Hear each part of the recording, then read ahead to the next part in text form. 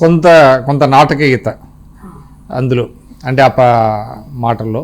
But మనసావాచ కర్మణ మాత్రం ఆయన మాటలో కొంత నాటకీయత ఉన్నప్పటికీ మనసావాచ కర్మణ మాత్రం ఆయన సామ్యవాదం, మీరు అన్నట్టుగా పేదవాడే దేవుడు, పేదల కన్నీళ్లు తొడవాలి, సమాజమే దేవాలయం అనే దాంతోనే ఆయన ముందుకెళ్ళారు. తర్వాత రెండవది నాకు గుర్తున్నంత వరకు మరొక అంశం ఉంది.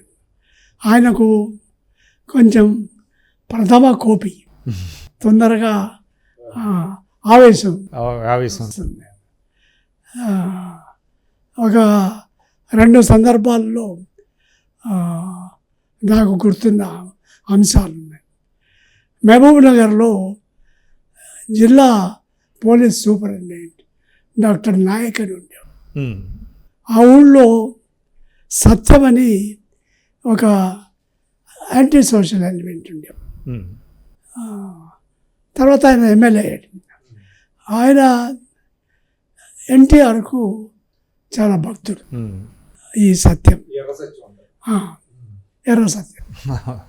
ఆయన ఒక బహుశా వైన్ షాపు, ఒక హోటలు, వీళ్ళ దగ్గర డబ్బులు కలెక్ట్ చేయడానికి దౌర్జన్యం ఇట్లాంటివి చేశాడు. చేస్తే అరెస్ట్ చేయడానికి లోకల్ పోలీస్ సిద్ధపడకపోతే ఎస్పీ స్వయంగా వెళ్ళి దగ్గరుండి అరెస్ట్ చేసి సంఖ్యలు వేసి రోడ్డు మీద నడిపించుకుంటూ తీసుకొచ్చాడు. అదొక పెద్ద సంచలనం. ఆయన్ను టెలిగ్రామ్ మీద ట్రాన్స్ఫర్ చేశారు. చేస్తే ఆ జిల్లా వాళ్ళందరూ అన్ని పార్టీలు కలిసి, బహుశా ఒక టీడీపీ తప్ప, వారు కూడా పెద్ద వ్యతిరేకించలేదు. ఈ దౌర్జన్యం ఆగిపోవాలని జనరల్లో. అప్పుడు నాయన నరసింహారెడ్డి గారు, నేను, ఇంకా మరొక 2 ఇతర నాయకులు, మేమందరం రిప్రజెంటేషన్ వెళ్ళి పొద్దున టెలిగ్రామ్ పోయింది. 1 గంటకే మేము సీఎం ఇంటికి వెళ్ళాం. వెళ్తే ఏమిటి విషయం అన్నాడు. ఇట్లా టెలిగ్రామ్ ట్రాన్స్ఫర్ ఇచ్చారు. అంటే మేము అధికారులను ట్రాన్స్ఫర్ చేయాలంటే కూడా మీ పర్మిషన్ తీసుకోవాలా, మీలో ఎవరు పర్మిషన్ తీసుకోవాలి, అడ్మినిస్ట్రేషన్ చేంజ్ ఇయ్యరా మీరు అంటే. టెలిగ్రామ్ ట్రాన్స్ఫర్ ఒక పనిష్మెంట్. అతను బాగా దౌర్జన్యం చేసేవాడు. ఊర్లో అందరూ హ్యాపీగా ఉన్నారు. అంటే ఎవరు అన్నాడు. సత్యం అంటే మా సత్యమా అన్నాడు. సత్యం ఎంత క్లోజ్ అంటే నాదెండ్ల భాస్కర్ రావు ప్రభుత్వం ఈయనను పడగొట్టినప్పుడు ఎన్టీఆర్ దగ్గర ఉన్నవాళ్ళు అందరు వెళ్ళిపోతే ఈ సత్యం ఒక్కడే వచ్చి అతనికి అండగా నిలబడ్డాడు. అందుకని ఆయనకు కొంచెం అభిమానం ఉండే. మేము విషయం అంతా వివరణ చేశాడు. మీరు మీ పద్ధతుల్లో ఎంక్వైరీ చేయండి.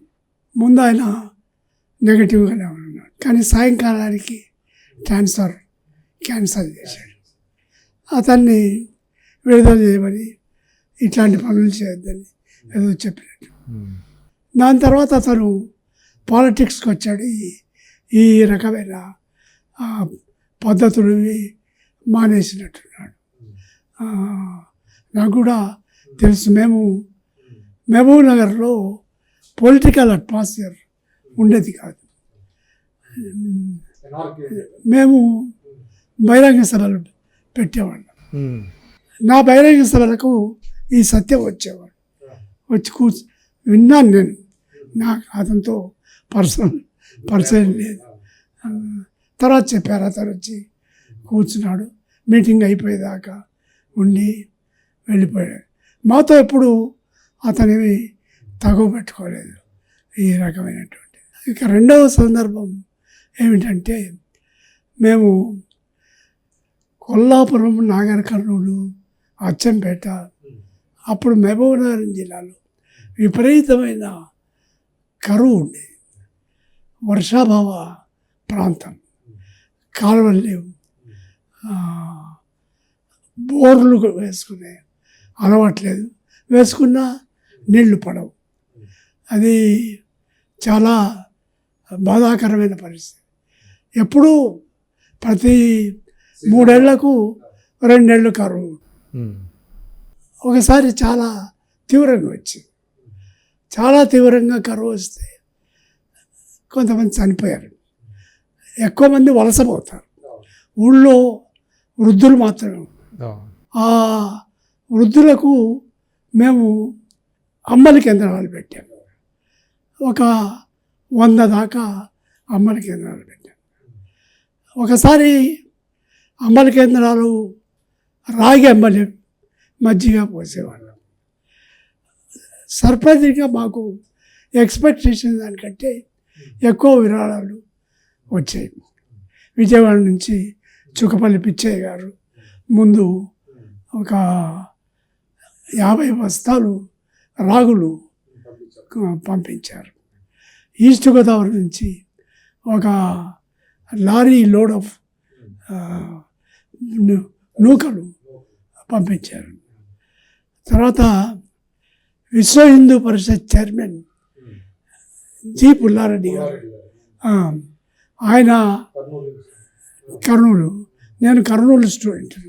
మా విలేజ్ 20 కిలోమీటర్స్ ఇన్ గద్వాలది, బార్డర్. అక్కడ బార్డర్. నేను చిన్నప్పటి నుంచి అక్కడే నాకు పరిచయం అయ్యాను. నేను ఎలక్షన్లో కంటెస్ట్ చేస్తున్నాను, నాకు విరాళం ఇవ్వంటే ఇవ్వండి, మీరు కమ్యూనిస్టులు